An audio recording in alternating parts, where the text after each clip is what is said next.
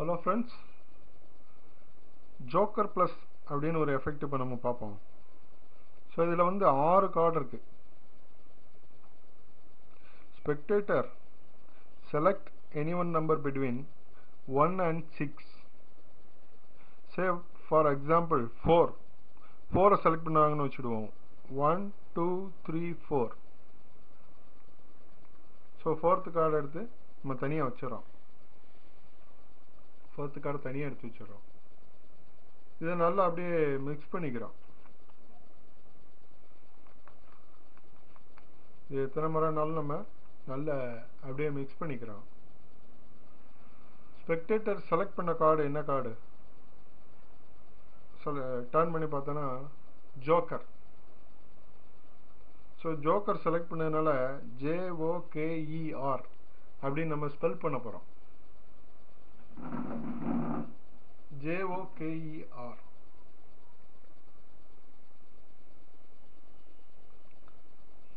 JOKER.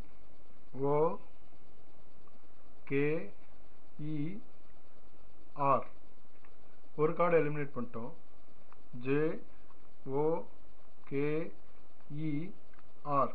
another one card JOKER.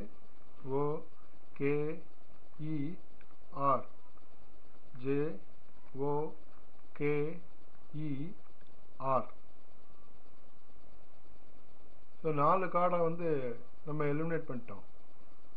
Balance ஒரு card இருக்கு.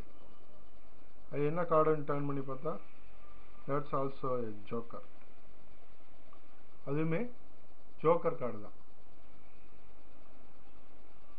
So இது எப்படி பாசிபிள் ஆகும்?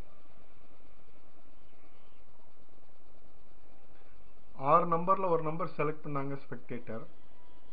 செலக்ட் பண்ண நம்பரில் ஜோக்கர் கார்டு வந்தது. ஜோக்கரை ஸ்பெல் பண்ணி ஒரு கார்டை நம்ம எலிமினேட் பண்ணி வச்சுருக்கோம் கடைசியாக.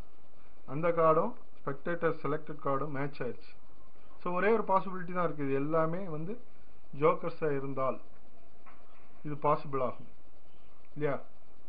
But I have no other joker here. This is Joker Plus.